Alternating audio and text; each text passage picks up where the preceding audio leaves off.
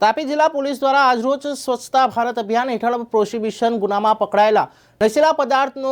નાશ કરવામાં આવ્યો। ત્યારે બાજીપુરા રોડ વચ્ચે વ્યારા પ્રાંત ઓફિસર તથા નીઝર પ્લાન્ટ ઓફિસરની હાજરીમાં આ નાશ કરાયો હતો। તાપી જિલ્લામાં 7 તાલુકામાં તાપી જિલ્લામાં પોલીસ દ્વારા 20/12/2022 થી 20/12/2023ના વિવિધ પોલીસ સ્ટેશનમાં પકડાયેલા નશીલા પદાર્થનો બોટલોનો નાશ કરાયો છે, જેમાં વ્યારા પ્રાંત ઓફિસર તથા નીઝર પ્રાંત ઓફિસરની હાજરી સાથે દરેક તાલુકાના મામલતદાર અધિકારીઓ સાથે તાપી જિલ્લાના પોલીસ સ્ટાફ દ્વારા વ્યારાથી બાજીપુરા જતા રોડ પર રોડની બાજુમાં નશીલા પદાર્થની બોટલોનો નાશ કરાયો, જેમાં નશીલા પદાર્થની કુલ 759 કેશો કરવામાં આવ્યા હતા, જે હેઠળ 1,41,658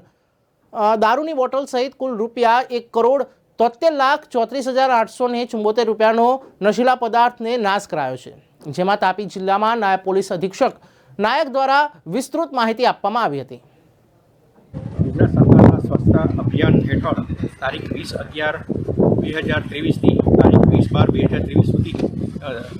તમામ પોલીસ સ્ટેશન કચેરી આઉટપોસ્ટ ખાતે સ્વચ્છતાનું અભિયાન રાખવામાં આવેલ છે,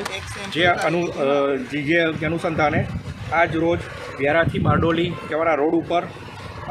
બાજુપરના રસ્તા ઉપર એક જે બંધ રોડ છે તેમાં વિદેશી દારૂનું નાશ કરવાનું અભિયાન ચાલુ કરવામાં આવેલ છે, જેમાં વિદેશી દારૂના 759 કેસો,